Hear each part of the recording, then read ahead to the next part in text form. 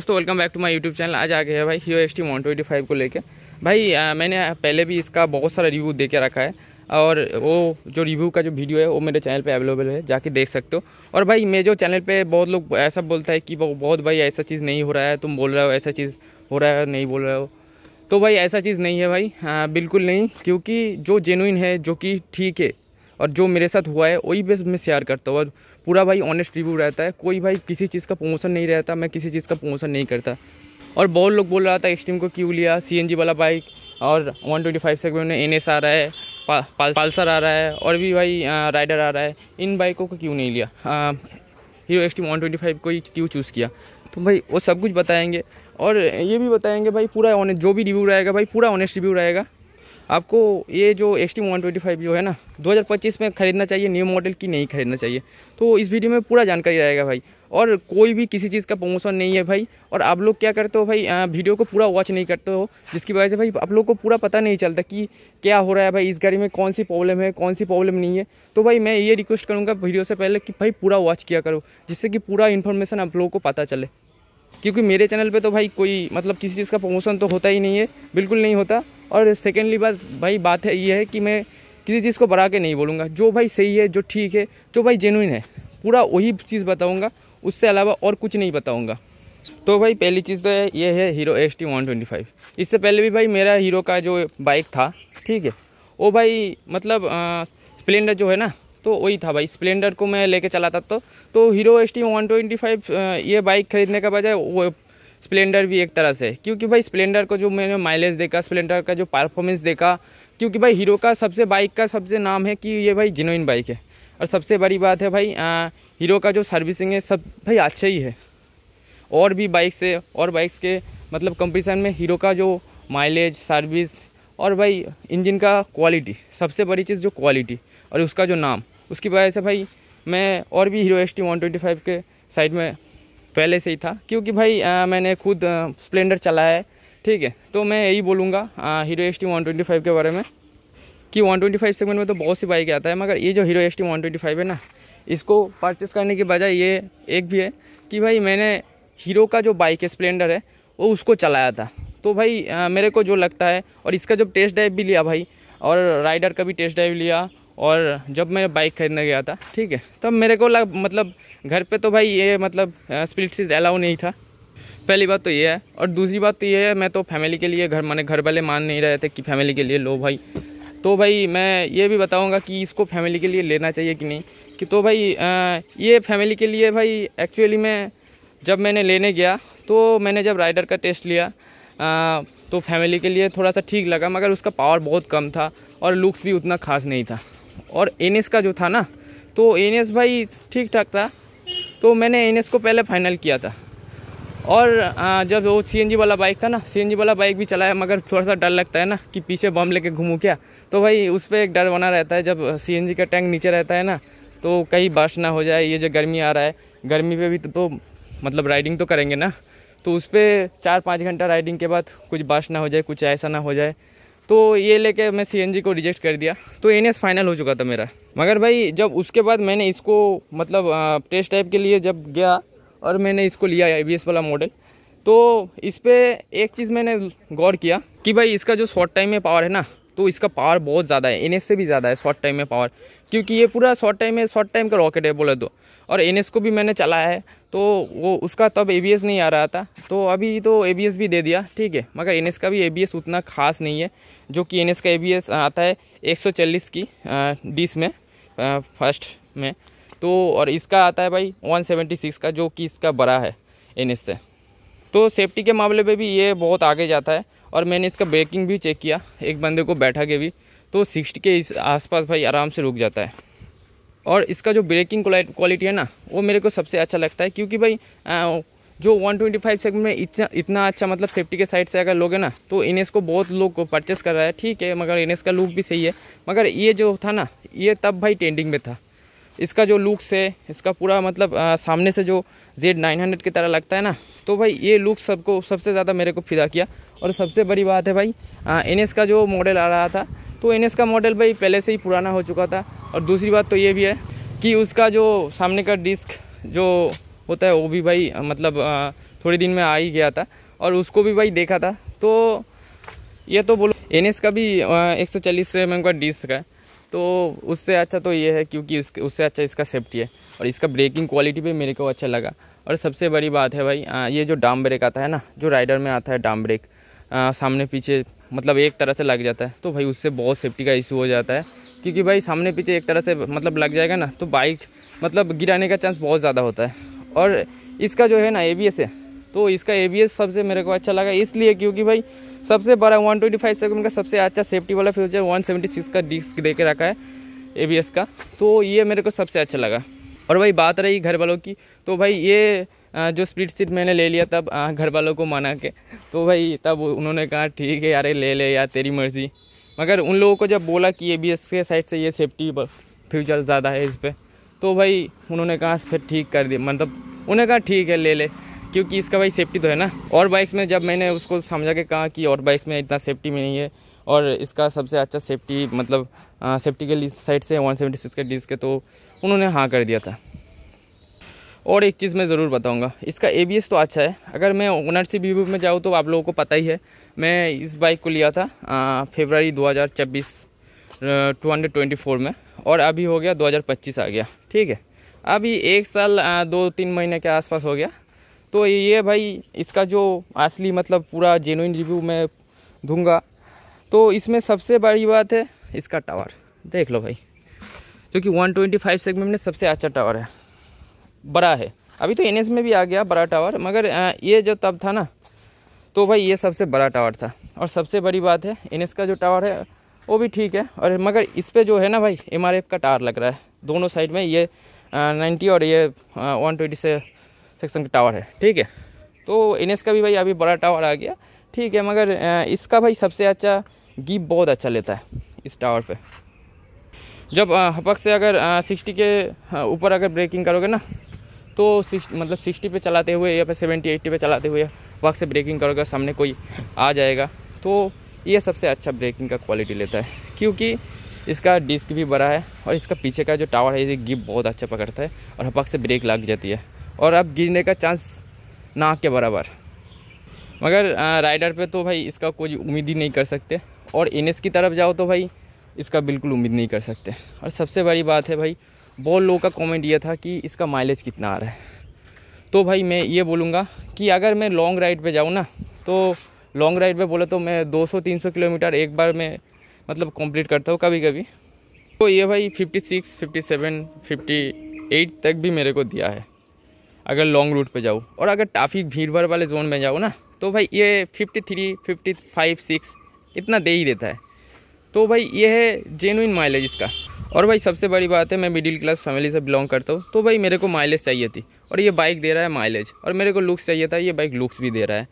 तो मैं अगर राइडर की तरफ जाऊँ तो उसका भाई माइलेज बहुत डॉफ है भाई, 52-50 के आसपास माइलेज आता है ट्रैफिक में। उसको मैंने देखा था, क्योंकि मेरा दोस्त नहीं लिया था और उसका सेफ्टी भी नहीं है, तो इस साइड से मैंने सबसे राइडर को रिजेक्ट करके रखा था। और NS का बोले तो भाई उसका तो और भी डॉफ है भाई, 45 के आसपास माइलेज आता है और उसका वेट भी ज़्यादा है, ठीक है। और CNG वाली बाइक का तो बात ही मत करो, क्योंकि मेरे को बहुत डर लगता है, क्योंकि पीछे भाई जब CNG का टैंक लेके घूमोगे ना, तो डर बना रहेगा गर्मी के टाइम ज़्यादातर कि भाई फट ना जाए, कोई ब्लास्ट ना हो जाए मतलब पीछे से। तो ये भाई डर की वजह से मैंने CNG को पहले ही रिजेक्ट कर दिया। उसलिए भाई 120 से मतलब 5 सेगमेंट का बाइक लेना, तो एक्सट्रीम को मैंने बेस्ट चॉइस किया। तो और भी एक चीज़ मैं ज़रूर बोलूँगा कि इसका सबसे ख़राब चीज़ जो कि मेरे को 3-4 महीना मतलब चलाने के बाद ही आया, जो कि भाई है इसका इंजन। इसका इंजन के साइड पे देख लो भाई, ये जो है ना ये प्लग मेरे को चेंज करना पड़ा था। तो भाई अभी तक 2 टाइम चेंज कर लिया, क्योंकि इसका स्टार्ट में प्रॉब्लम आ जाता है, यहाँ से इंजन ऑयल भी लीक होने लग जाता है। तो भाई शोरूम पे जाओ तो इसको चेंज करने को बोलता है। तो भाई इसका तो ज़्यादा मोल नहीं होता, 85 के आसपास आता है, तो भाई चेंज कर लेता हूँ। मगर भाई अगर कोई मिडिल क्लास फैमिली का होगा ना, तो भाई उसको समझ में आता है कि बार बार मतलब पैसे देके पहली बार ख़रीदो, उसके बाद इतना चेंज करो, इतनी बार चेंज करो। भले ही भाई इसका रेट बहुत कम है, मगर फिर भी भाई जब पैसा देके ख़रीदो तो अच्छी चीज़ें ख़रीदो ना भाई। तो इस वजह से मैं ये बोलूँगा कि भाई इसका थोड़ा सा मेरे को क्वालिटी में इशू लगा। और दूसरी बात मैं ज़रूर बोलूँगा कि ये जो बाइक का है ना, अगर आप ट्रैफिक में चलाते हो ना तो इसका और एक ज़्यादा बहुत प्रॉब्लम पे आता है कि भाई ये बार बार ऑफ हो जाता है। अगर इसको थ्रॉटल लेके अगर थोड़ा सा थ्रॉटल खींच के अगर थोड़ा सा छोड़ दोगे ना तो ये अपने आप ही थोड़ा सा चलने लग जाता है। और मैंने बहुत सी बाइकें चलाया है और इसका जो क्लच और थ्रॉटल अगर ठीक ठाक भी रखो ना तो भी ट्रैफिक में कभी कभी भाई ऑफ होने लग जाता है। और बहुत लोग बोल रहा था कि ऐसे थ्रॉटल मत खींचो, ऐसे क्लच मत खींचो। भाई मैं बहुत बाइक चला चुका हूँ भाई, तो भाई मेरे को पता है कि कितना थ्रॉटल खींचना है और कितना क्लच खींचना है। और सबसे बड़ी बात है भाई, इस पर वही चीज़ अप्लाई करो ना तो भाई उतना ही और बाइक्स की तरह थ्रॉटल खींच के और बाइक्स की तरह क्लच यूज़ करके तो ये अगर करना चाहो ना तो भाई ये ट्रैफिक में सबसे ख़राब चीज़ है भाई, कभी कभी ऑफ हो जाता है। और ऐसा भाई रोड के बीच में अगर ट्रैफिक में ऑफ हो जाए ना तो भाई बहुत दिक्कत देता है। तो मैं ये बोलूँगा भाई इस हिसाब से इस बाइक का ये एक डिसएडवांटेज है। और सबसे बड़ी बात है भाई इसका जो इंजन, इसका इंजन पे बहुत आवाज़ आता है। ये जो इंजन है ना इसका इतना ज़्यादातर भाई बारिश के टाइम ले लो और भाई थोड़ा सा मौसम गीला गीला होगा ना ठंडी के टाइम भी भाई इसका इंजन से बहुत ख़राब आवाज़ आता है। जैसे कि भाई कुछ भटभुटी जैसा चला रहा है, वो जो भटभुटी होता है ना उसका जो आवाज़ आता है ना तो ऐसा आवाज़ आता है भाई, बहुत ख़राब आवाज़ आता है। तो जब मैंने जाके भाई शोरूम वाले को बताया, ये कंप्लेंट किया, तो उन्होंने ठीक किया। ठीक करने के बाद भी भाई ठीक नहीं हुआ। उसने कहा कि ऐसा BS6 का मॉडल पे ऐसा ही होता है भाई। और एक चीज़ इसका जो डिसएडवांटेज है तो ये मैं ज़रूर बोलूँगा, जो कि इसका सस्पेंसन, जो कि भाई सब लोगों का प्रॉब्लम आ रहा है इसका सस्पेंसन में। तो ये मैं ज़रूर बोलूँगा इसका सस्पेंसन को भाई अगर हो सके तो भाई ज़रूर चेंज करना, क्योंकि भाई इसका जो सस्पेंसन है ना तो भाई मेरा हो गया था भाई 6 महीने के आसपास। तो यहाँ से भाई टूट गया था पूरा, ये जो चीज़ है ना ये चीज़ पूरा टूट गया था। और जब मैंने शोरूम वाले को जाके कहा, उन लोगों ने कहा ठीक है देखता हूँ, तो बोल के भाई 1 सप्ताह के आसपास घुमाया। उसके बाद भाई इसको फ्री में ही रिप्लेसमेंट करके दिया। तो भाई उसके बाद से तो अभी तक कुछ नहीं हुआ। तो मैं यही बोलूँगा अभी तक तो भाई ठीक ठाक चल रहा है और फ्री में भी तब मिल गया था। और एक चीज़ मेरे को इसका डिसएडवांटेज लगता है कि भाई ये मैंने बारिश में थोड़ा सा चलाओ ना तो भाई इसका जो हेडलाइट है, मैंने 6 महीने चलाया था, उसके बाद ही भाई इसका जो हेडलाइट है ना, ये जो लैंप है, ये वाला लैंप और इस साइड का ये वाला लैंप, तो भाई ये दोनों ना अगर जो हाई बीम है ना, यहाँ पे जो हाई बीम है, यहाँ पे हाई बीम को यूज़ करता हूँ ना तो भाई ये जल नहीं रहा था। तो जब मैंने शोरूम वाले को जाके कहा ना तो कि ये हाई बीम ये जल नहीं रहा है, तो उन्होंने भाई ठीक किया। ठीक करने के बाद फिर भाई 5 से 6 दिन के अंदर फिर ख़राब हो गया। तो भाई मैंने फिर शोरूम वाले को लेके जाके कहा तो उन लोगों ने पूरा इसको चेंज किया। यहाँ से जो एक तार आता है ना तो इसको पूरा रिप्लेस किया और ये वाला पूरा मॉडल को चेंज कर दिया, इसको पूरा को चेंज कर दिया। तो भाई वो वारंटी के अंदर था तो भाई उन लोगों ने चेंज कर दिया फ्री में ही। और बहुत सी लोग पूछ रहा था कि 2025 का भाई एक्सट्रीम, 2025 में एक्सट्रीम में कोई बदलाव नहीं है, बस थोड़ा सा कुछ 2-3 कलर एक्स्ट्रा बढ़ा दिया है एक्सट्रीम में, और कुछ भाई कोई बदलाव नहीं है। और एक चीज़ बहुत लोगों का ये कंप्लेंट भी आ रहा था कि भाई आपने कोई मॉडिफिकेशन क्यों नहीं कराया और आपने इंजन गार्ड क्यों नहीं लगाया। और भाई एक बंदा बोल रहा था कि ये जो टावर है भाई यहाँ से पूरा वो जो गार्ड आता है ना टावर पे, जो कि भाई अच्छा भी लगता है, तो उसने क्यों नहीं लगा। तो भाई ये मैं ज़रूर बोलूँगा उसको लगाएगा तो माइलेज भाई ड्रॉप होने वाला है। ठीक है, जो आपका माइलेज अगर कोई मिडिल क्लास फैमिली का है तो मैं उसको लगाने को भाई बिल्कुल मना करूँगा, क्योंकि भाई 2-3-4 माइलेज तो कम ही हो जाएगा। और भाई इसका जो डिस्क है, इसका डिस्क भी भाई ख़राब होता है। क्यों अगर बोलो तो भाई ये गर्मी के टाइम है ना, तो भाई ये जब घूमता रहेगा ना तो अगर इसको थोड़ा सा टूट के अगर यहाँ पे घुस जाए ना तो भाई ये डिस्क पूरा ख़राब हो जाने वाला है। और एक चीज़ भाई मैं ये बोलूँगा कि भाई मेरा जब 8 से 9 महीने के आसपास हुआ तो मैंने भाई और एक चीज़ नोटिस किया। ये जो चीज़ है भाई, ये जो दिख रहा है आप लोगों को, तो भाई ये भी ख़राब हो चुका था 8-9 महीने के आसपास। तो भाई इसको मैंने जब जाके शोरूम पे कहा तो उन लोगों ने कहा कि अभी तो बहुत देर लगेगा, इंश्योरेंस क्लेम करने में बहुत दिन लगेगा। उसके बाद भाई मैंने कहा ठीक है भाई 230 के आसपास ये आता है तो इसको पूरा चेंज कर दो। तो उन लोगों ने भाई चेंज करके दिया, 230 रुपया लिया, चेंज करके दिया। और अभी ये जो साल भर चलाने के बाद इसका हालत देखो भाई, ये देखो दिख रहा है। और यहाँ पे भी बहुत सी चीज़ें देख लो, शायद दिख रहा है आपको, नहीं पता, यहाँ पे भी जंग लग चुका है। पूरा मतलब यहाँ पे कीचड़ होकर रखा है और यहाँ पे जंग लगा के रखा है।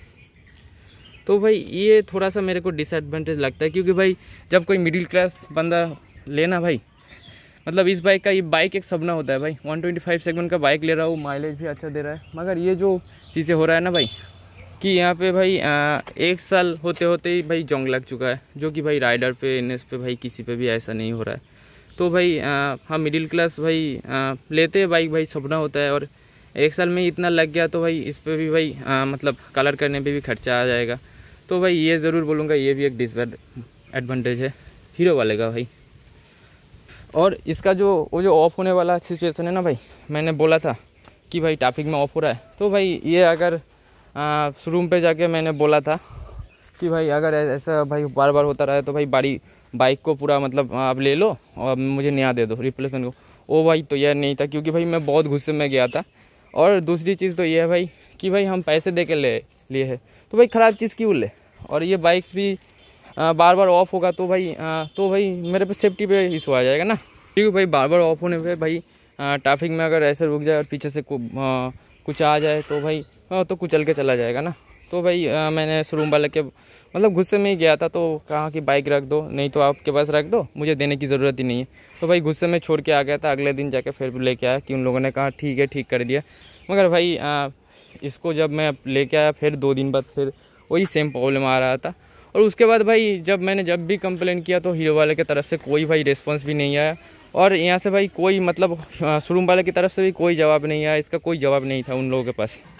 और भी एक चीज़ बताऊंगा कि इसका जो फीचर्स है सबसे अच्छा है, और इसका जो सीट, ये जो स्प्लिट सीट है, बहुत लोग बोल रहा था कि अभी सिंगल सीट भी आ रहा है, तो बहुत लोग बोल रहा है कि फैमिली के लिए भाई सिंगल सीट ले लूँ, या फिर सिंगल सीट वाला फीचर्स आ रहा है तो भाई एक्सट्रीम फैमिली के लिए लिया जाए कि नहीं। तो भाई मैं ये बोलूँगा भाई ये फैमिली के लिए नहीं है।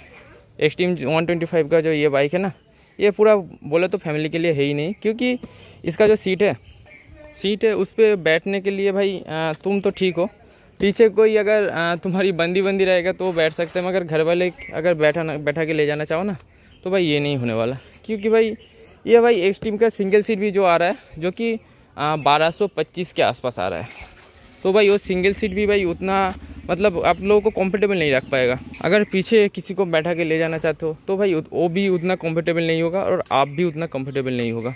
और अगर वो मॉम या फिर पापा या फिर कोई और हो तो भाई ये तो मैं ज़रूर बोलूँगा कि ये भाई कंफर्टेबल नहीं है। और एक चीज़ मैं ज़रूर बताऊँगा कि ये जो स्प्लिट सीट है ना भाई, ये लुक्स को बहुत इंक्रीज़ करता है। तो कॉलेज वाले लड़कों के लिए भाई ये बेस्ट बाइक है, और मिडिल क्लास के लिए तो ये बेस्ट है, क्योंकि भाई इसका लुक्स भी अच्छा है, और इसका जो भाई पावर है बहुत अच्छा पावर है भाई। सेगमेंट में इसका सबसे पावर बेस्ट है। और ये जो ज़रूर बोलूँगा, अगर कोई लेना चाहते हो भाई घर वाले के लिए, तो भाई ये स्पीड सीट भी अच्छा नहीं है, और इसका जो सिंगल सीट आता है वो भी भाई अच्छा नहीं है। अगर भाई सोच रहे हो कि सिंगल सीट को लेकर भाई घर वाले को बैठा लोगे तो भाई इतनी सी जगह आती है। ये जो डबल सीट का है ना, यहाँ से बस यहाँ पर थोड़ा सा कट लग जाता है, तो भाई इस पर कोई कुछ बैठा नहीं पाओगे किसी को। अगर मम्मी पापा को होगा तो घर वाले के लिए अगर बैठा के लेना चाहते हो तो भाई ये नहीं होने वाला। और दूसरी चीज़ भाई, इसको अगर पूरी मतलब चलाते रहोगे ना भाई, बहुत लोग बोलता है कि भाई मेरे हाथ में दर्द होता जाता है, कमर में दर्द होता है। हाँ भाई, बाकी में ये दर्द होता है।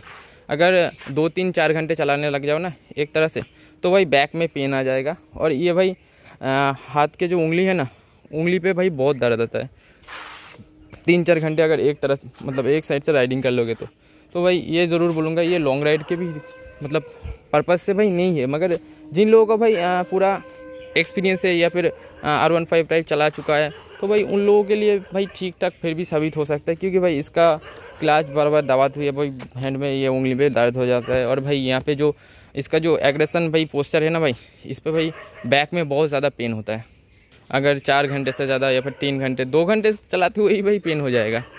और भाई और एक चीज़ मैं ज़रूर बोलूँगा कि इसका सबसे अच्छा है भाई कॉलेज लड़कों के लिए। कॉलेज लड़कों को लेना हो तो भाई बेझिझक ले लो, आँख बंद करके ले लो, क्योंकि इसका माइलेज भी अच्छा है, सब कुछ अच्छा है, इसका लुक्स भी अच्छा है और कंपटीशन में, और भाई नया भी है, ठीक है, और अभी ट्रेंडिंग में भी है। और इस बाइक को माइलेज भी भाई अच्छा खासा उठा देता है, जो कि भाई लॉन्ग राइड अगर लॉन्ग पे जाओगे और ज़्यादा क्लच का यूज़ नहीं करोगे तो भाई 58-59 के भी आसपास मेरे को दिया है, अगर ठीक ठाक मेंटेन करोगे तो। तो भाई ये रिव्यू वीडियो बहुत बड़ा हो चुका है, तो भाई यहीं पे ख़त्म करते हैं। हाँ, तो मिलते हैं अगली वीडियो पे, और ऐसे इन्फॉर्मेटिव वीडियो के लिए कृष्णा मोटो वर्ल्ड को लाइक कीजिए, सब्सक्राइब कीजिए अगर वीडियो अच्छा लगे तो भाई यही बोल के वीडियो को ख़त्म करते हैं। Thank you so much for watching Krishna moto world.